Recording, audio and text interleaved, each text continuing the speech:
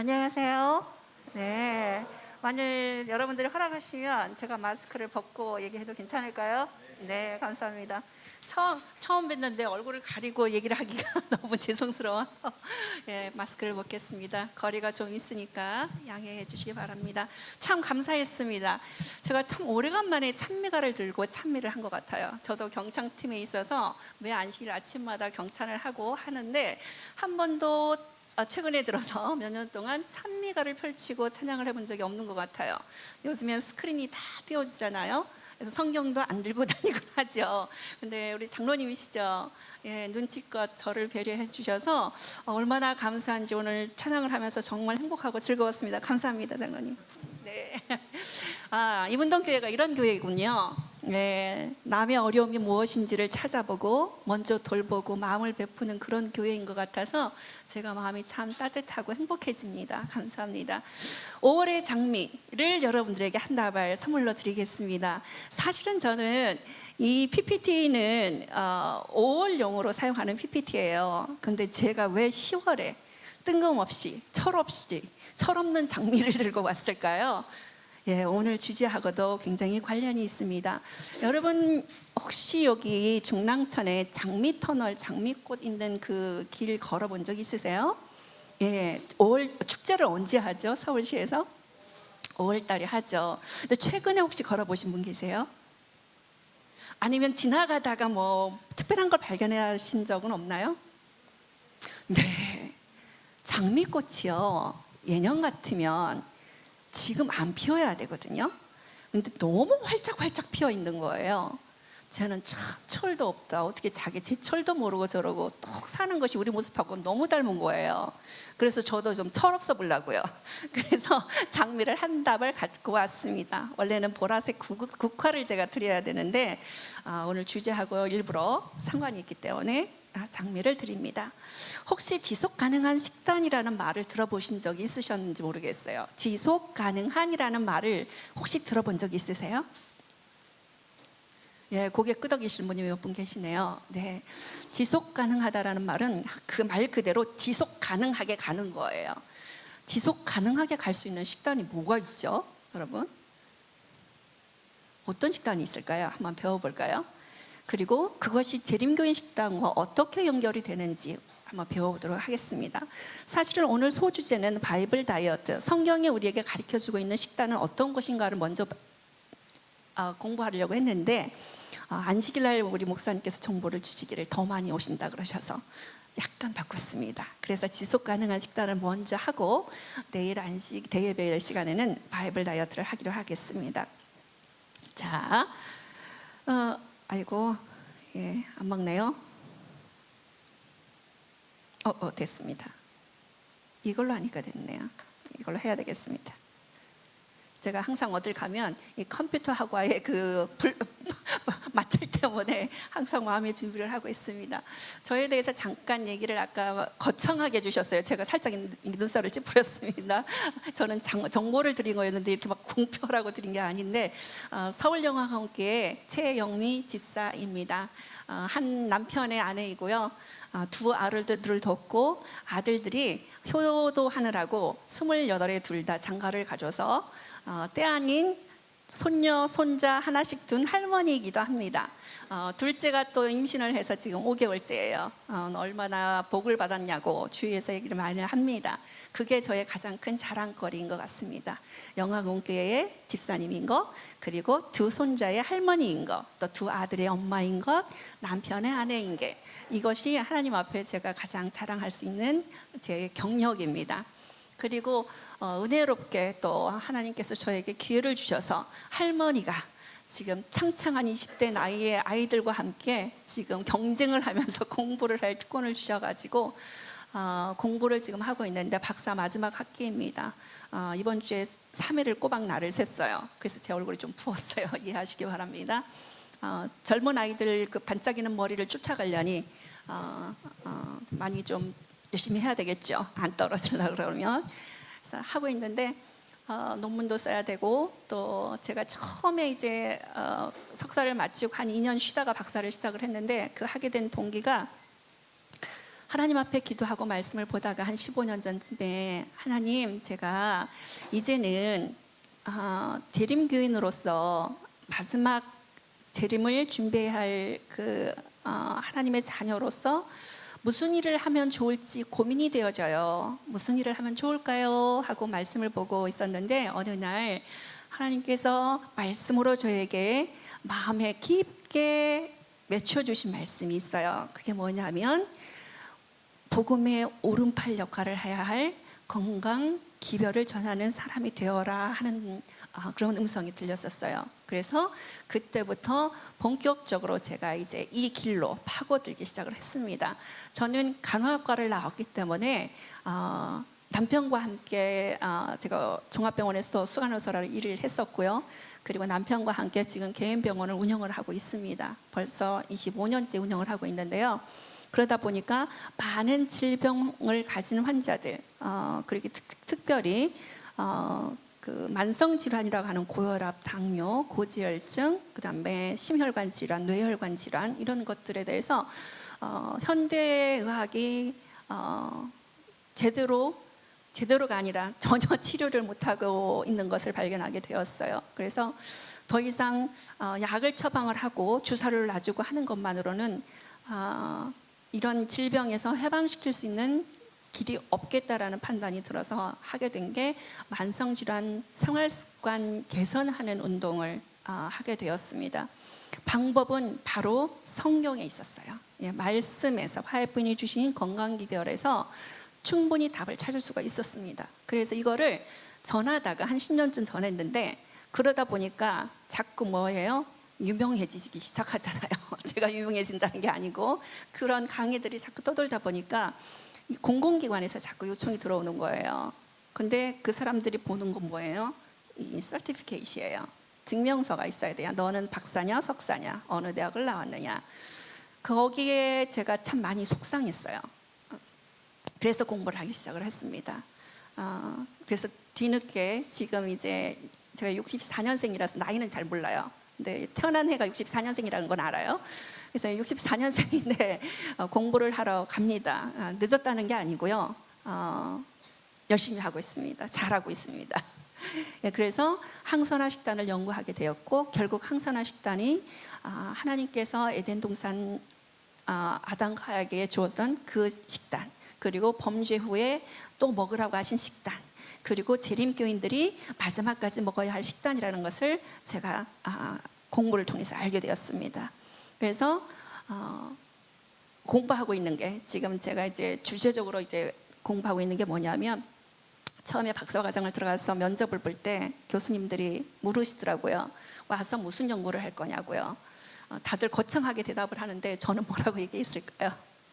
저는 채식 기반 식단을 연구할 겁니다. 그래서 제가 가지고 있는 신념은 제가 믿고 있는 하나님이 우리에게 남겨주신 성경에 나타나 있는 식단인데 그 식단을 과학적으로 증명해보고 싶습니다 라고 얘기를 했어요. 그랬더니 교수님들 반응이 어땠을까요? 웃으셨죠? 그거 가지고 박사학위를 딸 수 있겠어요? 라고 묻더라고요. 네, 저는 확신합니다.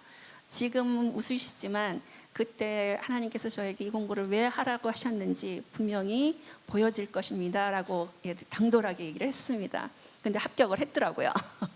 떨어질 줄 알았는데. 그래서 지속 가능한 건강한 식단, 영양 교육 프로그램을 개발하는 사람입니다. 지금 고려대에서 식생활 담당하는 파트에서 아직 졸업도 안 했는데 저를 여러모로 써먹고 있어요. 사실 우리 교인들은 건강기별에 대해서 너무 많이 노출되어 있어요. 아는 것도 많으시고요. 그리고 잘 하십니다. 음식도 제가 서울교육청에서 3천만 원짜리 그 채식 기반 식단 메뉴를 짜라고 저기 요청이 왔었어요. 근데 가서 사람들 보면요, 우리 교회 일개 집사님이 하시는 것보다 못해요. 정말 속된 소리로 무식해요. 몰라요. 근데 그런 사람들이 돈을 몇 천만 원씩 받아가면서 채식 식단을 짜고 있어요. 우리 교회 집사님들이 훨씬 훌륭하세요. 근데 최근에 들어서 우리 교회의 이미지가 그전에는 채식하는 사람들이었는데 이제는 어느 누구도 재림교인을 채식하는 사람이라고 바라봐주지 않는 것 같아요. 제 말에 동의하시는 분 손 들어보세요. 자, 재림교인은 채식하는 사람들이다. 아니죠. 아니, 그래도 몇 분은 계셔야죠. 이렇게 확신요. 내가 채식을 하고 있으면 손을 드셔야죠. 예, 채식하는 분은 손을 드셔야 돼요. 네. 아니, 채식 안 하는 게 잘못이라는 게 아니고요. 예, 흐름이 그렇게 되었다는 거예요. 제가 논문을 쓰면서 그 프레저라고 하는 그 로마린다 대학의 한 그 교수님이 미국에 있는 어디죠? 로마린다에 있는 재림교인들을 대상으로 해서 쓴 논문을 하나 보게 되었어요. 그래서 그 로마린다가 전 세계 장수 마을 속에 하나잖아요. 혼자 마을 오키나와 그다음에 로마린다가 전 세계의 3대 장수 마을 속에 이게 뽑혔기 때문에 로마린다의 인구 중에 40%가 재림교인이라는 것을 이제 미국에서 조사하니까 나와서 그럼 이 재림교인의 식생활을 한번 쫓아가 보자. 어떻게 하길래 이 사람들이 이렇게 건강하게 장수하느냐, 병도 없이.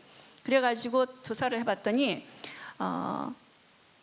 순 채식을 한다는 비건은요 3%밖에 없었던 거예요. 3%.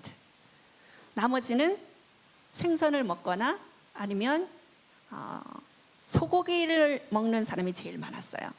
그게 무슨 말이냐면 육식을 하되 뭐예요?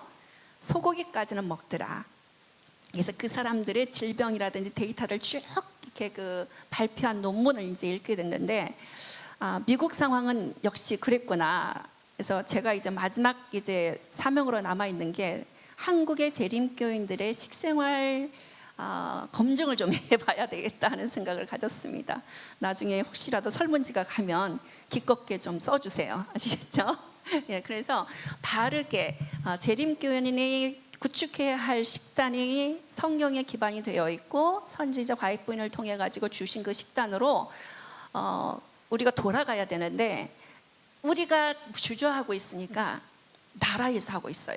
나라가 아니라 전 세계 그 UN 기관이라든지 WHO라든지 아니면 파워라고 해가지고 국제 식량 농업 기구라든지 이런 데서 채식을 해야 된다라고 각 세계 대통령들 총리들한테 너희들 이거 빨리 국민들한테 많이 먹게 해라고 원칙들을 제시해 주고 있다는 거예요.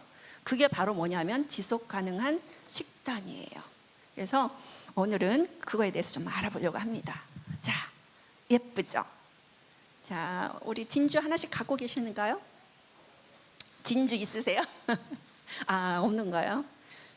우리는 너무 폐쇄적으로 교육을 받아가지고 뭐 진주 하나 하고 있으면 큰일 나는 것 같아요, 그죠? 예, 하늘나라에는 황금 길입니다, 여러분. 우린 금을 밟고 다닐 거예요. 그리고 대문이 다 12보석으로 박혔어요. 아름다운 분이신 것 같아요, 우리 하나님은. 근데 우리는 왜 여기서 뭐 하나 하면 난리가 나죠? 예, 진주 참 이쁘죠. 예, 근데 그 진주가 자기 살을 깎아 먹어가면서 그 아름다운 보석으로 만들어진답니다. 온 세계의 여성들이 하나씩 갖고 싶어 하죠. 주렁주렁. 그럼 요즘 조개에는 뭐가 들어있을까요? 진주 조개에는 아기야. 열심히 지금 걸고 있는데 이름이 뭐죠? 하은아, 하은아. 조개에 진주가 들어있대. 근데 요즘에는 조개에 뭐가 들어있을 것 같니? 뭐가 들어있을까? 요구. 네, 맞습니다. 미세 플라스틱이 가득 들어있답니다. 그래서 진주 조개가 더 이상 진주를 만들어내지 못하고 진주를 만들어내도 어떻게 해요? 삐뚤삐뚤 모양이 예쁘지 않은 진주들을 만들어내고 있대요. 자, 오늘 저녁 드신 분 한번 손 들어보세요. 들어보세요. 네. 안 드신 분들은 그러면 못 드셨나요? 못 드신 분들 손 들어보세요. 오늘 저녁 나 못 먹었어. 어머나 어떡하면 좋아. 장로님이신가요? 오늘 왜 못 드셨어요? 그래서 저녁을 좀 세이브를 하려고. 집사님은 왜 못 드셨어요? 아, 그래요. 다른 이유요. 저 집에 너무 가난해서 쌀이 없었어요. 라면도 없었고 빵도 없었어요. 그런 분 계신가요? 손 들어보세요. 그럼 제가 좀 도와드리려고요. 쌀 20kg를 좀 사서 부쳐드릴게요. 지난주 10월 16일은요 세계 식품의 날이었습니다. 세계 식량의 날이었어요. 세계 식량의 날이 왜 제정되어 있을까요? 며칠 전 신문을 보니까 조선일보에서 정부 올해 남는 쌀 45만 톤 1조 원 들여 사들인다 이렇게 나와 있더라고요. 왜 사들이죠? 정부가 1조 원이라는 돈을 투자하고서 왜? 쌀이 너무 많아서요. 거기에다가 이렇게 쓰여 있어요. 이 많은 쌀 언제 다 먹지? 예, 우리의 형편입니다. 그런데 10월 16일 세계 식량의 날 특집이에요. 전 세계에서 많은 사람들이 기아에 허덕이고 있는데 5초에 1명, 하루에 1만 8천 명의 어린이가 굶주림으로 사망하고 있다고 합니다. 왜 세계의 절반이 기아, 굶주림으로 죽어가고 있을까요? 지금 벌써 1명이 배가 고파서 영양실조로 병에 걸려서 딸깍 생명을 다했다는 것입니다. 우리는 너무 많아서 이 쌀 언제 다 먹지? 내가 점심 때 너무 많이 먹어서 저녁을 걸러야 될 정도로 우리 너무 많이 먹었어요. 그렇죠? 왜 그럴까요? 누구는 너무 많이 들고 있고요. 누구는 그거를 기어서 따라가서 잡으려고 해도 잡을 수 없는 먼 곳에 있기 때문이에요. 분배의 문제라는 겁니다. 여기에서 혹시 국제기구에 저는 도네이션을 해요라고 하는 분 손 들어보세요. 우리 안식일 교인들은, 재림교인들은 참 이런데 어색해하세요. 뭔가 이렇게 국제기구에다가 이렇게 뭐 도네이션 하는 걸 굉장히 힘들어하죠. 왜냐하면 교회에서 많이 하니까 그래요. 저는 그렇게 생각을 합니다. 교회에서 여러분들 많이 헌금하시잖아요. 예, 저는 그걸로 상세를 하려고 합니다. 위로를 받습니다. 저도 이제 아프리카에 자녀 2명이 있어요. 굿네이버스하고 월드비전하고 해서 벌써 15년, 20년째 이제 지원을 하고 있는데 그 아이가 점점 자라가는 모습을 매년 찍어서 보내와요. 그러면서 글을 써서 보내요. 감사합니다. 제가 이제 고등학생이 되었어요. 주신 돈으로 옷 사 입었어요. 학교 갔어요. 가방 샀어요. 나누지 못하는 것은 또 다른 누군가는 뭐예요? 갖지 못해서 불행해졌다는 얘기입니다. 자, 오늘 내가 냉장고에서 썩어서 버려나간 음식물 얼만큼 되는지 한번 생각해 보세요. 냉동실에 지금 내가 손을 대지 못하고 몇 개월째 얼어서 완전히 산화가 돼가지고 언젠가는 버려야 되는 음식물은 얼만큼 있는지 한번 생각해 보시기 바랍니다. 전 세계에 기아 지도라는 게 있어요. 우리 세계 지도는 알아봤지만 기아 지도는 뭐야 도대체가? 파란 부분은 양식이 넘쳐나는 곳입니다. 색깔이 짙어지는 빨간색으로 갈수록 기아가 심한 곳이에요. 다행히도 우리나라 저 끝에 일본 위 옆에 있죠. 한국은 아주 파란색, 위에 북한은 시커먼 색에 가까운 빨간색이에요. 어떻게 태극기 색깔하고 어떻게 똑같을까요? 그렇죠? 우리의 형제예요. 우리의 자매들이에요. 근데 이렇게 극명한 기아와 풍요 속에서 다른 삶을 살아가고 있습니다. 전 세계 지도를 보면 아프리카 몇몇 나라를 제외하고서는 굉장히 심한 기근으로 힘들어하고 있는 것을 볼 수 있습니다. 지구 기후는 어떤가요? 이런 그림들 많이 보셨죠? 지구가 너무 더워서 뜨거워서 녹아내리고 있다는 거죠. 유엔은 지구 기후를 기후재앙이라고 선포했습니다. 자, 재앙은 언제 내리는 거였어요? 우리가 알기로 하나님께서 너무 죄악이 만영해서 가득 차가지고 도저히 인간이 살 환경이 안 됐었을 때 쓸어버리셨어요. 마지막 때도 재앙이 있는다고 했나요? 네, 있다고 성경에 나와 있습니다. 우리가 믿거나 말거나. 근데 그 재앙을 지금 누가 얘기하고 있다고요? 유엔에서 재앙을 얘기하고 있습니다. 실제적으로 그러한 기후 때문에 사망하는 많은 사람들이 있기 때문입니다. 북극의 곰은요, 남극의 흰 곰은 더 이상 자기의 서식처를 찾을 수가 없습니다. 북극의 펭귄들은, 맞아, 펭귄도 이쁘지? 그래, 우리 아이가 이렇게 펭귄을 바라보고 펭귄이다 하면서 기뻐할 날이 얼마 안 남았다는 얘기예요. 서식처가 사라져가고 있습니다. 물이 부족해요. 물이 부족해서 아프리카의 많은 나라들은 생태계가 굉장히 위험에 처해 있습니다. 다 들소도 물이 없어서 목말라서 죽었고, 그 다음에 말들도 물이 없어서 말라서 죽었대. 그리고 깨끗한 물이 없어서 어쩔 수 없이 흙탕물을, 오염된 물을 마셔야만 사는 사람들이 있습니다. 우리가 이런 물들을 마실 거라고 생각이나 해본 적이 있으실까요? 세계학자들이 얘기하기를, 앞으로 여러분들 잘 들으세요. 사업 아이템이 나옵니다. 가장 비싼 식품이 뭐가 될 것이냐라는 질문에 뭐가 될까요? 물이라고 했습니다. 우리나라도 물 부족 국가입니다. 여러분 그거 알고 계세요? 우리나라도 물이 부족한 국가예요.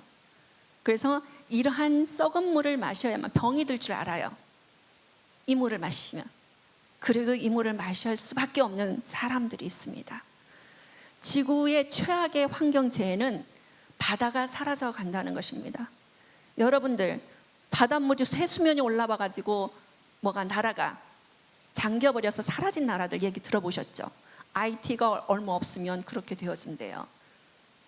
나라가 없어져 버려요. 이 대륙이 물에 잠겨서. 근데 반대로 바다의 물이 점점 사라지고 있다는 겁니다. 아랄해라고 혹시 아시나요? 아프가니스탄 근처에 있는 중앙아시아, 동아시아 이쪽에 그 호수예요. 큰 바다 같은 이제 호수인데, 그 아랄해가 까맣게 보이는 저쪽 부분이 이제 그 전에 지구 위성으로 나타난 건데, 가장 최근에 찍은 아랄해의 모습입니다. 물이 다 말라버렸어요. 반기문 전 총장님도 아랄해에 가셔서 그 상황을 보고를 받으시고 지구 기후의 심각성을 공지를 했습니다. 그리고 어부들이 더 이상 바닷물이 없어서 고기를 잡을 수가 없어가지고 어부를 포기하고 유목민이 되어가고 있다고 합니다. 어부가 유목민이 되어 가축을 키운다고요. 물이 없습니다. 그런데요, 작년에 올해 중국에서 난리가 났어요. 물이 너무 많아요. 홍수가 났어요. 일본에서 난리 났어요. 우리나라는요, 대구죠. 물이 너무 많아요. 왜 이런 일이 일어날까요? 똑같은 미국인데도 북미는 마이너스 50도, 마이너스 50도 상상도 못하죠. 우리 냉동실에 들어가는 온도가 마이너스 20도예요. 그 배라는 얘기예요. 배가 넘는다는 얘기죠. 남미는요 40도 뜨거워요. 그러니까 북미와 남미의 기온차가 90도인 거예요. 이건 역사 이래에 없는 일들입니다. 이게 올해 일어났다고요. 한 곳은 얼어붙어서 못 살겠고 한 곳은 너무 뜨거워서 못 살겠다는 거죠. 현대 인류들은 다른 게 지옥이 아니에요. 여러 가지 지옥 속에 살고 있어요. 캘리포니아에서는 2달째 어떻게 해요? 불이 꺼지질 않아서 산림을 다 태워먹었죠. 많은 곳에서 산불들이 일어나요. 자연적으로. 불지옥입니다. 물, 홍수가 여기저기서 한 곳에서는 불이 나고 한 곳에서는 비가 넘어와서 홍수가 나고 지구가 난리법석인 거죠. 물지옥. 그 다음에 버그지옥. 벌레들이요. 한국은 괜찮을까요? 한국은요? 얼음지옥이에요. 이거 어딜까요? 미국 갔다 오셨어요? 나야가라 폭포입니다. 얼어버렸어요. 나야가라 폭포가 언 적이 없다고 합니다. 근데 이상기후 때문에 아까 마이너스 50도라 그랬죠. 나야가라 폭포가 얼어버려서. 그래서 지구를 구하자라는 운동이 전 세계적으로 지금 일어나고 있습니다. 어떻게 지구를 구할 것이냐. 작년에 저희 고려대에서 전 세계 석학들을 모셔놓고 세계 그 컨퍼런스를 개최를 했습니다. 저도 이제 그때 한 멤버로 참석을 했었는데요. 여기에서 논의되고 있던 게 뭐였냐면 유엔이 발표한 지속가능한 목표 17가지를 실천을 하자는 거예요. 그게 뭐냐 하면 쓰레기를 줄이자는 거예요. 첫 번째, 쓰레기를 줄이자. 쓰레기 중에서도 이 가전제품에서 나오는 이 쓰레기는 음식물은 썩기나 하는데 가전제품은 썩질 않는 거예요. 플라스틱이다 보니까. 자, 냉장고 몇 년 쓰세요? 우리 집사님 냉장고 몇 년 쓰셨어요? 10년. 오래 쓰셨다. 우리 젊은 집사님 물어볼까요? 지금 몇 년째 쓰고 계세요? 5년 쓰고 계세요. 어느 정도 더 쓰시고 바꾸실 거예요? 10년은 쓰시겠다고요? 제가 올해 냉장고를 바꿨어요. 저는 냉장고를 사이즈를 줄이는 게 제 목표였어요. 옛날에 15년 전에 지펠 냉장고를 샀어요. 그때 당시에 제일 좋다고 해서 투도어짜리로 이렇게 샀는데 고장이 안 나는 거예요. 고장이 났는데 고쳐 쓰고 해가지고 5년을 더 써서 15년을 썼는데 더 이상 작동이 안 돼요. 그래서 물바다가 돼가지고 결국은 다운사이징해서 제가 냉장고를 새로 바꿨습니다. 15년 썼습니다. 예, 쓸 때까지 써야 돼요. 그리고 사이즈를 줄여야 돼요. 혼수 작품, 이게 보니까 여기 우리 아들, 딸들 장가 가야 할 분들도 많이 계시고 할 것 같은데 혼수 너무 큰 거 해오라. 이제 안키 운동을 좀 버렸으면 좋겠어요. 가전제품 작은 거로 해오라. 침대 좀 사이즈 작은 거 해와라. 소파 없이 좀 살자. 이렇게 아마 그 예단 주고 받을 때 그런 걸 좀 작성을 해보면 어떨까요? 우리 재인교인이 시작을 해보던 거예요. 예단 제목을 예를 들어서 소파는 3인용 이상 사오면 안 돼. 그리고 냉장고는 350리터 이상 안 돼. 뭐 이런 거 있잖아요. 너무 멋지지 않아요? 그리고 되도록이면 가전제품은 사오지 않기로 하는 거. 우리가 실천해보면 참 좋을 것 같아요. 왜냐하면 그게 바로 지구를 살리는 길이기 때문입니다. 화이트는 자연을 보호해야 된다는 메시지를 건강기부를 통해서 굉장히 많이 주셨어요. 이건 재림교인들의 해야 할 의무라고 그랬습니다.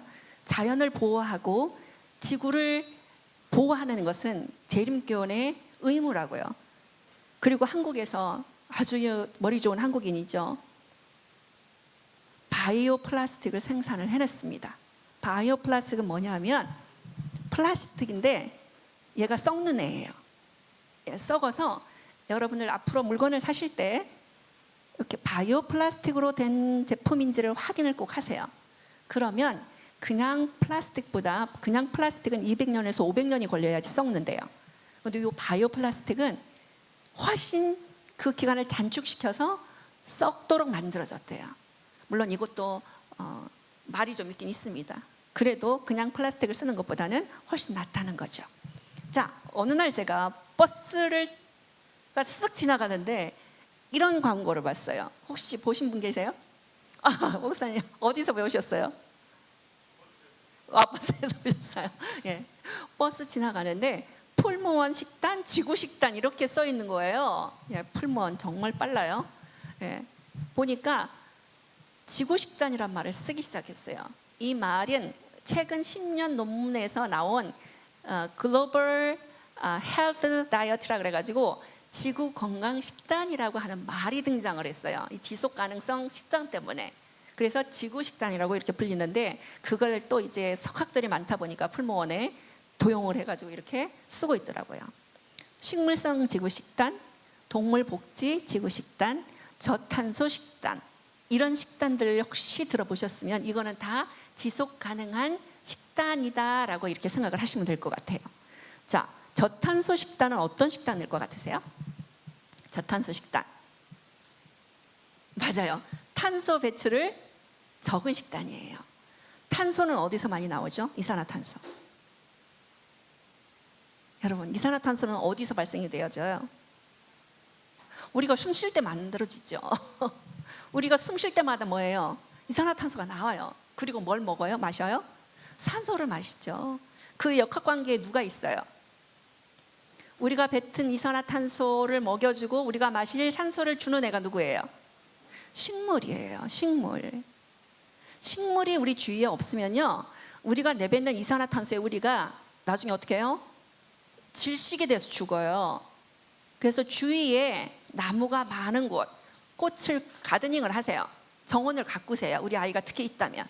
그리고 잔디밭에 잔디도 좀 깔아놓고, 그리고 텃밭도 좀 갖고 와서 드시고, 이런 운동이 정말 우리 재림교단에서 일어나야 된다고 저는 생각을 해요. 누구보다도 건강한 기별에 대한 책임을 우리가 갖고 있기 때문이에요. 의무가 있기 때문이죠. 그런데 그런 저탄소 식단이 어떤 거예요? 동물 기반 식단이 아니라 식물 기반 식단이라는 것도 우리가 흔히 알고 있는 채식 식단이라는 거죠. 우리가 안 하고 있어요.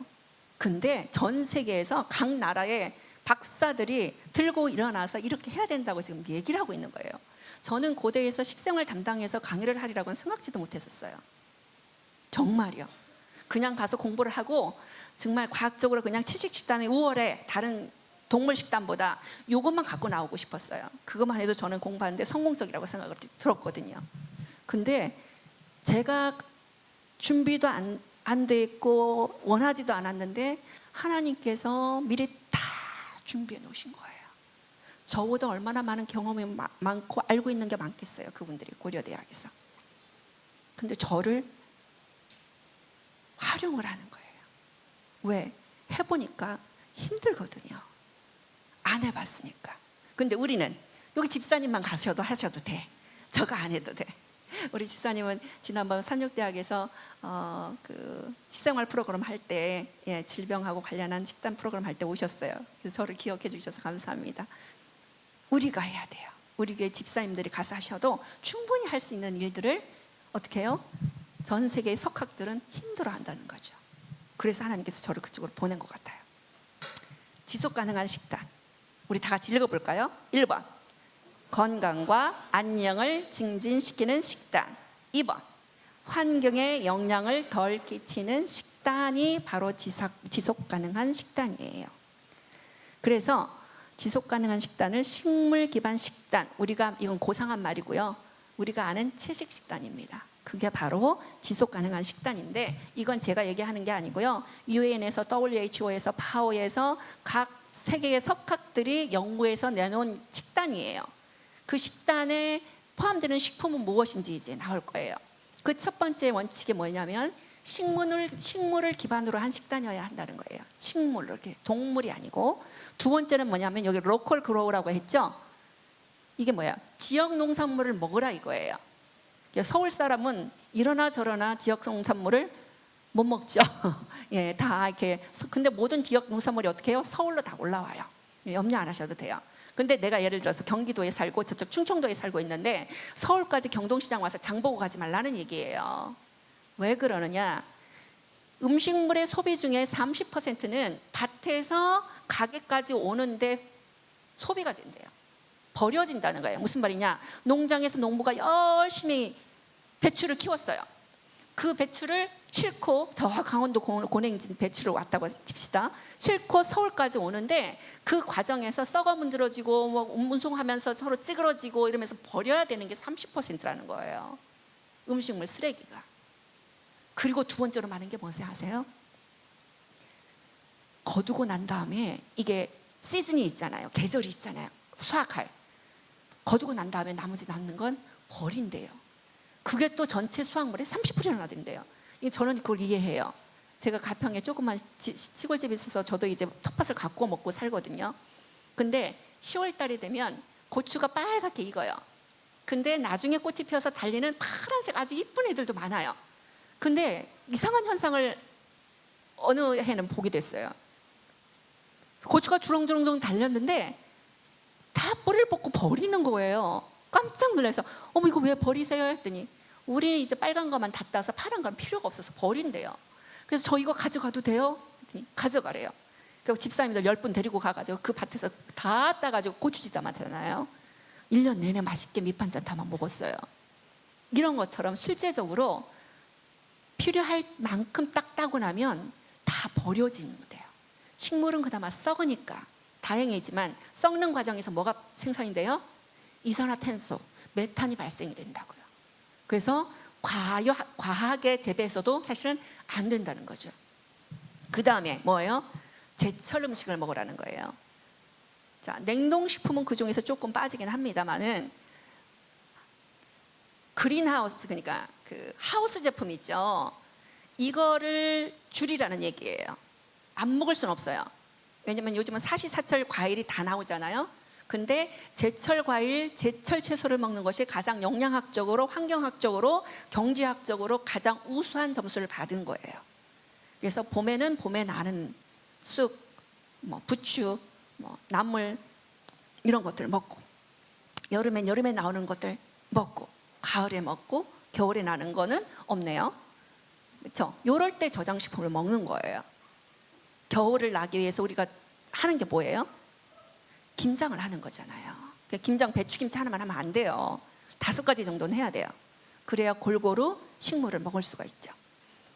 그래서 로컬 푸드를 먹는 것, 식물 기반으로 하는 것, 제철 채소 과일을 먹는 것이 바로 지속 가능한 식단의 뭐라고요? 기본이라고요. 자, 보면 죄송합니다. 제가 이렇게 그 논문 자료에서 빼오다 보니까 한국말로 제가 시간이 없어서 이거를 다 토를 못 달았어요. 너무 많아가지고. 자, 어떻게 볼 거냐면 위로 올라가는 것은요 뭐냐 하면 환경에 영향을 지대하게 미치는 애들이에요. 위로 올라가는 애들. 지금 포인터가 안 돼서 저 오른쪽에 빨간색으로 2개 딱 점점 찍은 애가 제일 높에 있죠. 쟤네가 누구냐면요, 가공된 육이나 가공육이나 가공이 되지 않은 고기류들을 얘기해요. 가공육은 뭐가 있죠? 소세지, 햄, 이런 기타 등등 고기를 가공해 가지고 만들어낸 식품들 있죠. 걔네들이 저 높이 차지하고 있어요. 그리고 가공이 되지 않더라도 붉은색 고기, 붉은색 고기가 뭐가 있죠? 소고기. 어떻게 우리 먹어야 되는데 유일하게 로마린다의 재림교인들이 먹던 고기인데 큰일 났네요. 붉은 고기.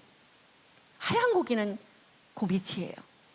붉은 고기는 가공이 되지 않더라도, 이 소리는 뭐냐면 소고기를 그냥 먹더라도 환경에 가장 많은 영향을 끼친다고요. 그 다음에 파란색이 뭐냐면 물고기예요. 여기서 말하는 물고기는 뭐를 얘기하냐면 대형 물고기, 고래고기, 상어고기, 그 다음에 참치, 이런 아주 커다란 물고기들을 얘기를 하고 있어요. 사실은 여러분, 참치, 대형 물고기들이 왜 이렇게 환경에 유해하게 끼치느냐면 바로 그 미세 플라스틱과도 관계가 있고요. 그래서 미국에서는 임산부들에게 금지된 물고기들이 있어요. 이런 큰 몸짓을 가진 고기들, 특히 참치는 금지식품입니다. 왜요? 기형아 발생을 높인대요. 아셨죠? 우리 아이들한테 그러면 참치 먹이면 될까요, 안 될까요? 예.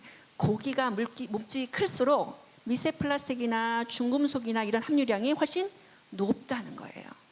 그래서 환경에도 굉장히 많은 영향을 끼치고, 그 다음에 저 분홍색이 치킨이에요. 치킨도 굉장히 환경에 영향을 많이 끼치고 있죠. 그 다음에 옆에 보면 데어리라고 한 거는 유제품이에요.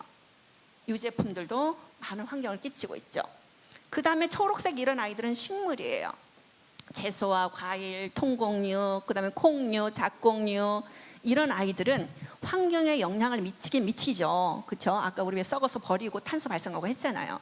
그럼에도 불구하고 환경에 가장 낮게 영향을 미치고 있다는 거죠. 자, 그럼 오른쪽으로 이렇게 가볼게요.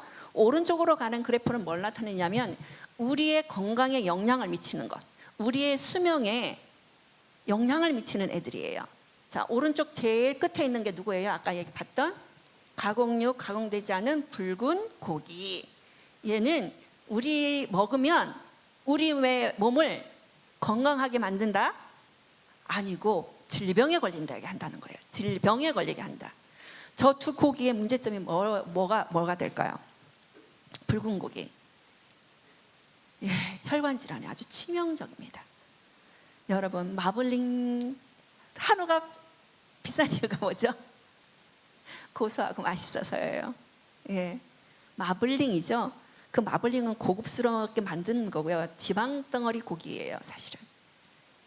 호주산이나 여러분들 미국산이나 네덜란드산 고기를 이렇게 보면 빨간색밖에 없어요. 거기에 지방이 안 끼어 있습니다. 걔네는 그 소를 기르는 방법 자체가 달라요, 우리하고.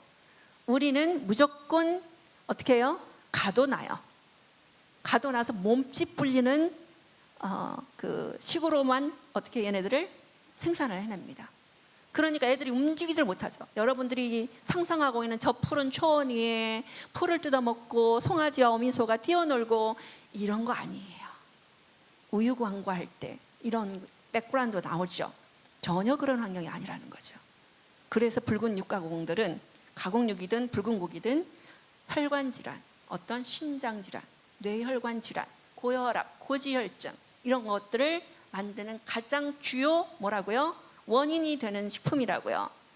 발암물질 1군이 뭔지 아세요? 적색 가공육이에요. 소고기로 만든 가공식품들이 발암물질 1호예요, 여러분. 재림교인들이 돼지고기 안 먹는 걸 위로로 삼아야 될까요? 바닥가재 안 먹는 거, 랍스터 안 먹는다고 위로를 우리가 받아야 될까요? 닭고기만 먹다가 어느 순간엔 오리고기도 먹어도 된대 하고 이슈가 붙였어요. 먹어도 된대, 안 된대. 수준이 그 정도로 떨어졌어요, 우리가 고기를 먹느냐 안 먹느냐로 살던 사람인데 닭고기는 먹으라 그랬잖아. 오리고기도 먹어도 된대. 해산물은 말이 안 나왔대. 이런 지경까지 우리가 처해져 있어요. 보면 계란이에요. 계란. 오른쪽에서 가깝죠. 치명적 1.2예요. 계란은 괜찮다고 하더라고 이제 또 붐이 불어가지고 각 교회마다 계란 보따리들이 가득가득 지금 쌓이고 있어요. 예, 한 판인가요? 20개인가요? 10,000원씩 해서 팔죠. 죄송합니다. 그 축산 다사랑교회 목사님 죄송합니다. 우리가 흐름을 따라가면 안 돼요. 우리는 뭐가 기준이 돼야 돼요? 성경의 기준이 돼야 돼요. 과학적인 데이터는 성경을 증명하기 위해서 사용되어야 되지 과학적인 데이터가 성경의 기준을 흐려버리면 안 된다고요. 우리에겐 정말 감사하게도 엘렌 G 화이트라는 선지자를 통해서 명확한 건강 기별을 주셨어요. 근데 그 기준을 세상의 과학 데이터로 갖다다가 허물어 버리면 안 된다는 얘기예요. 이거를 증명하기 위해서 사용하는 건 가능하지만 우리가 언젠가부터는요 성경의 기준이 아니라 세상의 기준이 우리의 삶의 식품의 기준이 되어버렸어요. 그거 먹으면 괜찮대. 계란 하루에 2개까지는 괜찮대. 얘네는 뭔데요 그러면? 얘네는 우리가 만들어낸 게 아니에요. 유엔하고 WHO에서 식품을 검사를 다 해봤더니 계란이 사람의 건강에 미치는 영향력이 이렇게 크더라는 얘기예요. 근데 왜 우리는 보고 싶은 것, 듣고 싶은 것, 내가 좋아하는 것만 받아들이냐는 거죠. 보면 refined grain이라고 나와 있죠. 굉장히 가운데 줄에서 오른쪽으로 가 있어요. 쟤는 뭐냐 정제 곡식이에요. 식물성인데? 정제된 곡식이 뭐죠? 흰 쌀, 흰 밀가루, 흰 뭐가 또 있죠? 조미료, 흰 설탕. 맞아요. 설탕은 흰 게 아니죠 원래. 그 6번 가공해가지고 나온 게 지금 우리가 먹는 설탕이에요. 이런 것들이 뭐라고요? 지금 인간의 건강에 그 다음에 사망률에 치명적인 영향을 미치고 있는 애들이에요. 참 감사한 것은 여전히 파란색 애들은 사람의 건강에 굉장히 덜 영향을 미치고 있어요. 그래도 미치긴 하죠. 왜? 우리가 먹는 이 환경이요. 밭, 물, 공기 오염됐잖아요. 에덴 동산에 있던 그런 완벽한 조건에서 식물이 자라는 게 아니에요.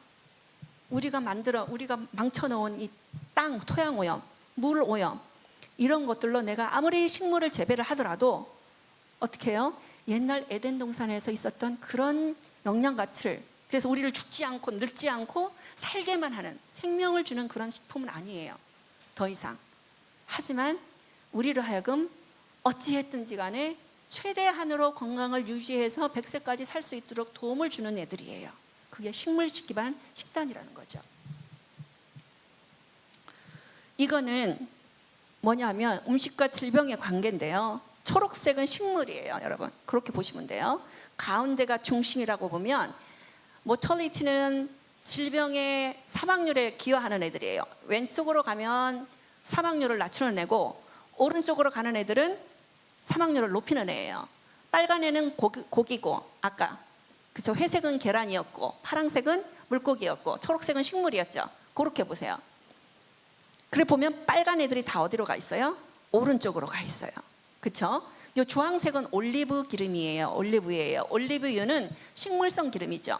그래서 식물성 기름들은 건강에 도움을 준다라고 되어 있어요. 우리가 먹는 들기름, 참기름, 포도씨유, 카놀라유, 올리브유는 우리 몸에 좋은 그 오메가3와 오메가6라고 하는 영양분, 지방을 주는 좋은 식품이에요. 그 다음에 코로나리 헐트, 이거는 신장 질환이에요. 신장 질환도 보면 초록색 채소 과일은 다 영양을 덜 끼치고 있고, 그렇죠? 도움을 주고 있고 향상을 시키고 있어요. 오히려 심장 건강에 도움이 된다는 얘기예요. 그 다음에 빨간 애들, 물고기, 이런 아이들은 뭐예요? 심장병을 일으키고 있죠. 요거 보면 암이에요. 가운데는 암도 보면 초록색들은 다 암을 오히려 치유에 도움이 되어지지만 고기와 계란 이런 것들은 뭐예요? 해가 되고 있죠. 이건 당뇨도 보면 그래프가 그러고, 저기 보면 파란색, 녹색 중에서 당뇨가 도움도 되지만 치명적이기도 해요. 이건 어떻게 해석을 해야 될까요? 제가 뭐냐면 레구메가 뭐냐면 콩 종류예요. 콩 종류. 강낭콩, 뭐 병아리콩, 뭐 기타 등등 콩들 있잖아요. 콩은 보니까 암 생성에, 저는 대장암이라고 나와 있지만 굉장히 도움을 제일 많이 주고 있어요. 암이 안 생성되도록. 근데 보니까 이쪽으로 보니까 암 발생률도 높이네요. 이건 어떻게 해석을 해야 될까요? 예, 과잉 섭취하지 말라는 얘기예요. 너무 똑똑하시다. 이 어려운 걸 읽다니. 맞아요. 과잉 섭취하지 말라는 얘기예요. 견과류나 그 다음에 콩류는 적당량 지정된 양이 있어요. 그 이상을 먹게 되면 뭐예요? 오히려 암을 유발시킨다고요. 제가 아는 한 교수님은 너투가 좋다고 해가지고 너투로만 먹고 살았대요. 6개월을. 어떻게 됐을까요? 불치병에 걸릴 뻔했잖아요. 그다음부터는 너트를 쳐다보지도 않는데요. 이렇게 되면 안 된다고요. 좋은 음식도 특히 채소는 많이 먹을수록 좋다고 했어요. 얼마든지 많이 먹으라요. 더 more the better. 더 먹을수록 더 좋다. 근데 곡류나 특히 이런 그 지방이나 단백질이 높은 너트는 반드시 제한이 있어요. 30g 이상은 먹지 마라. 최대 맥시멈 50g만 먹어서는 안 된다. 이런 게 있어요. 왜 좋은데 좋으면 다 먹어야죠? 과유불급이라는 뜻이에요. 이 말이.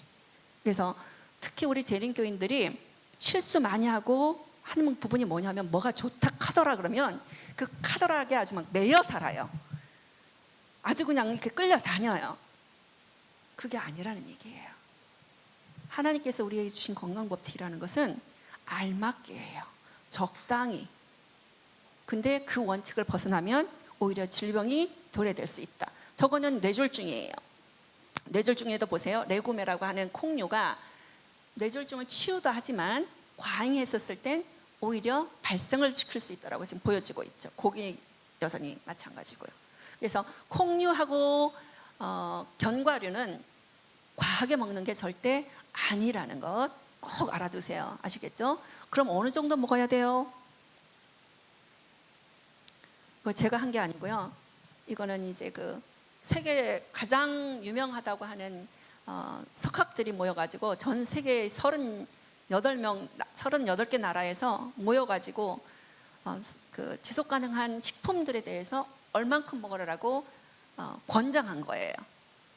탑에 여기서 보면 먹으라고 한 게 뭐냐면 통곡류, 그러니까 정제되어 있는 그 곡류는 먹지 말라고 돼 있어요. 거의 먹지 마라. 0이라고 시작된 걸 안 먹어도 된다는 얘기예요. 근데 반드시 곡류를 먹을 때는 통곡류로 먹어라. 현미, 통밀, 잡곡, 옥수수 이런 것들은 깎지 않잖아요. 그렇죠? 겉에 그 날카로운 부분만, 거칠한 부분만 깨 먹어요. 깨서 먹잖아요. 하루 232g이에요. 그러면 칼로리가 811칼로리 정도만 먹으라 이거예요. 811칼로리 어렵다. 그렇죠? 자, 햇반 있죠. 여러분들 햇반을 사면 그게 딱 몇 칼로리냐면 330칼로리예요. 그램 수는 200g이에요. 조금 큰 건 210g이에요. 그게 왜 그렇게 지정돼 나왔는지 아세요? 권장량에 맞추기 위함이에요. 여러분 햇반 200g 작은 거 나 양에 안 차시는 분 계세요? 남자분들은 되게 다 안 차실 거야. 근데 그게 제량이란 얘기예요. 근데 그걸로 정제된 걸로 먹지 말고 정제되지 않은 양을 그만큼 먹으라는 얘기예요. 여기서 말하는 것은 뿌리 채소, 전분 채소라 그래요. 어떤 거? 감자, 고구마, 마, 연근, 더덕, 도라지 등등. 얘네들은 우리 몸에 굉장히 좋은 애라고 많은 결과들이 있지만 과하면 절대로 안 되는 애들이에요. 전분을 띠고 있는 음식은 아무리 채소라고 하더라도 제한을 둬야 된다고 했어요. 여기 보면 50g 50g만 먹으래요.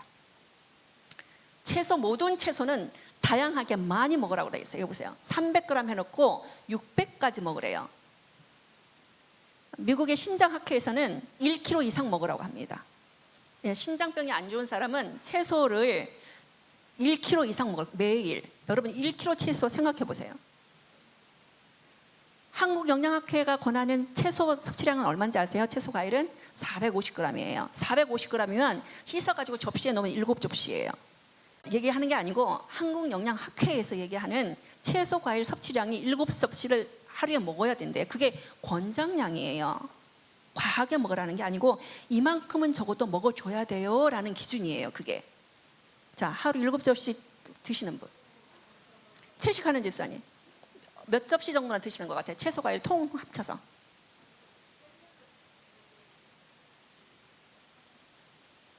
샐러드 한 볼, 그러니까 한 2접시 되겠네, 그죠? 예. 채소로 끓인 국도 먹을 거고, 찌개도 먹을 거고, 김치도 먹을 거고, 콩나물 반찬 뭐 이런 거 먹겠죠, 그렇죠? 그래서 다 해서 한 4접시 정도 드시겠네요, 그죠? 모자라요. 그래서 너무 마르신 것 같아. 더 드세요. 과일은 모든 과일이긴 한데 과일은 제한이 되어 있습니다. 200, 맥시멈 300이에요. 과일 왜 그럴까요? 에덴 동산에는 과일만 먹었거든요, 사실은. 밭의 채소는, 베지터블은 농사를 지으면서 땅을 일구면서 만들어낸 경작하게 해서 먹게 된 식품이에요. 내일 이제 알려드릴게요. 과일은 과당 때문에 그렇습니다. 요즘 과일은 다 당을 줘요. 여러분, 사람들이 안 달면 안 먹어. 사과를 이렇게 갖다 줘도 못생기고 막 시큼하고 막 이러면 안 먹어.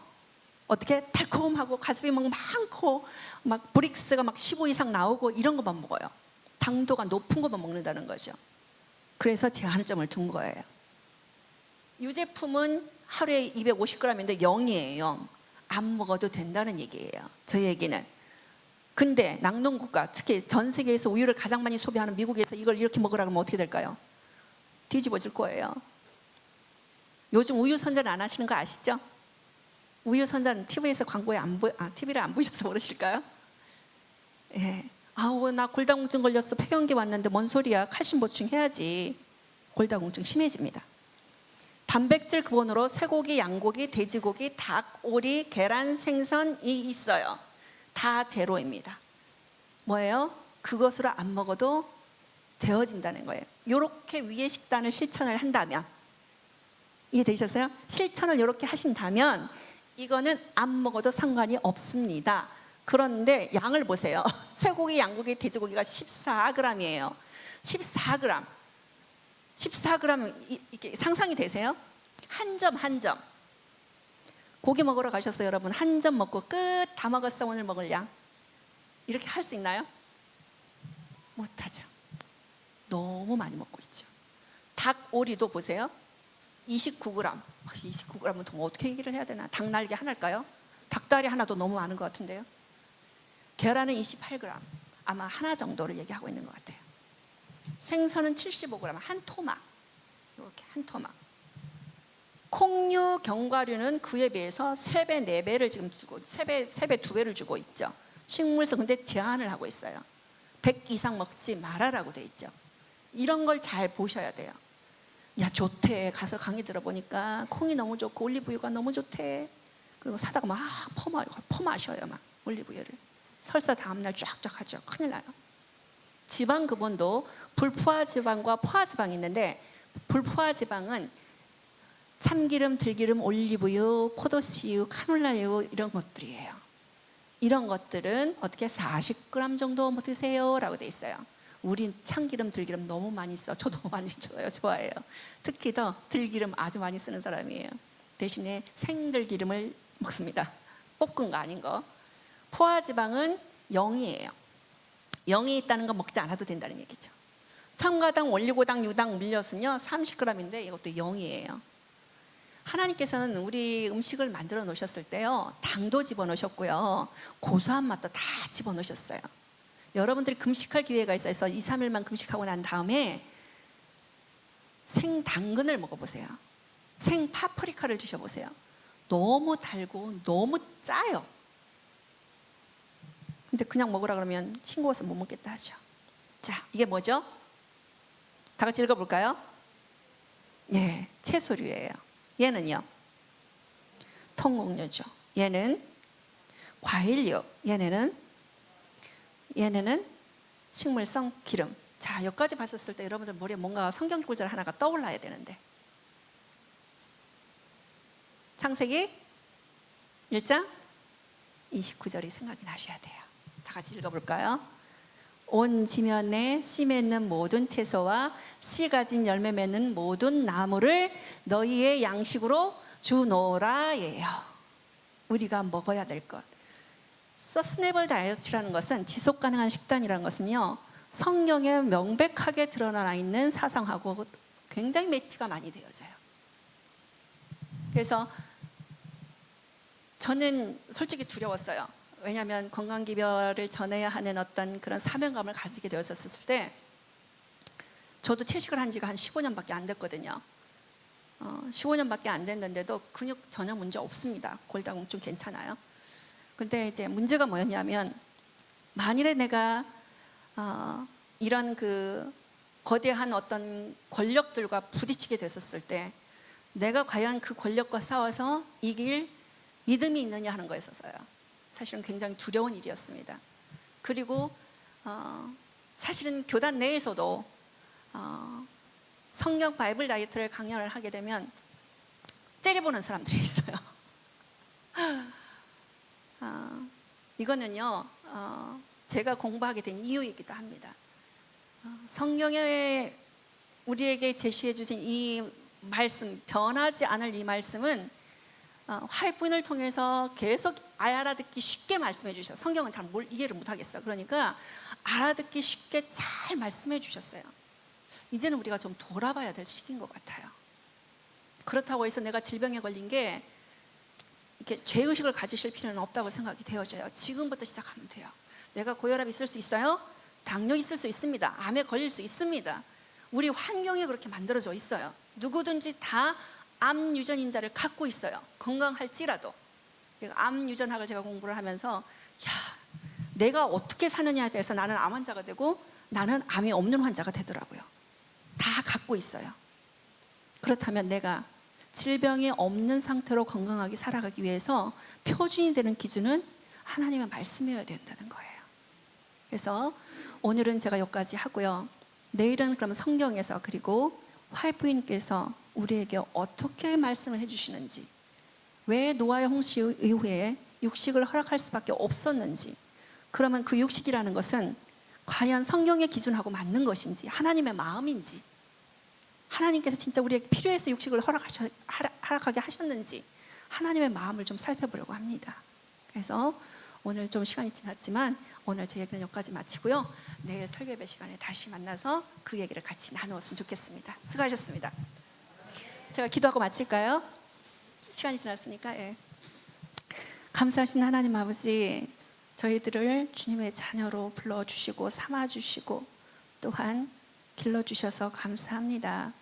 그리고 누구보다 무엇보다 우리가 건강하게 우리의 몸을 하나님의 전으로 잘 지키고, 그리고 건강한 몸으로 하나님의 말씀을 잘 순종하면서 이웃에게 사랑도 나누고 또한 우리의 마음도 나누는 그런 사람을 저희들이 너무나 잘합니다. 그러나 저의 의지가 그리고 저의 힘이, 능력이 부족해서 너무나 자주 넘어지고 내 편한다고 생각을 하고 하늘의 기준, 하나님의 말씀의 기준이 아니라 세상의 기준을 향해서 자꾸 쫓아가려고 합니다. 그럴 때마다 성령 하나님 저희들에게 지혜를 주시고 판단할 능력을 주시고 그리고 따라갈 의지를 허락하여 주시옵소서. 오늘 저희들이 오늘 배운 지속 가능한 이 식단은 결국 하나님께서 우리에게 먹으라 하신 그 식단이고 저희들이 순종함으로 이 기별을 전하는 일에 최선을 다하는 주님의 자녀들이 되게 인도하여 주시옵소서. 돌아가는 발걸음 주님께서 안전하게 인도하여 주시옵시고 또한 내일 다시 기쁜 마음으로 이 성전에 모일 때는 보다 더 건강하고 행복한 모습으로 전을 찾을 수 있도록 인도하여 주시옵소서. 예수님의 이름으로 기도합니다. 아멘.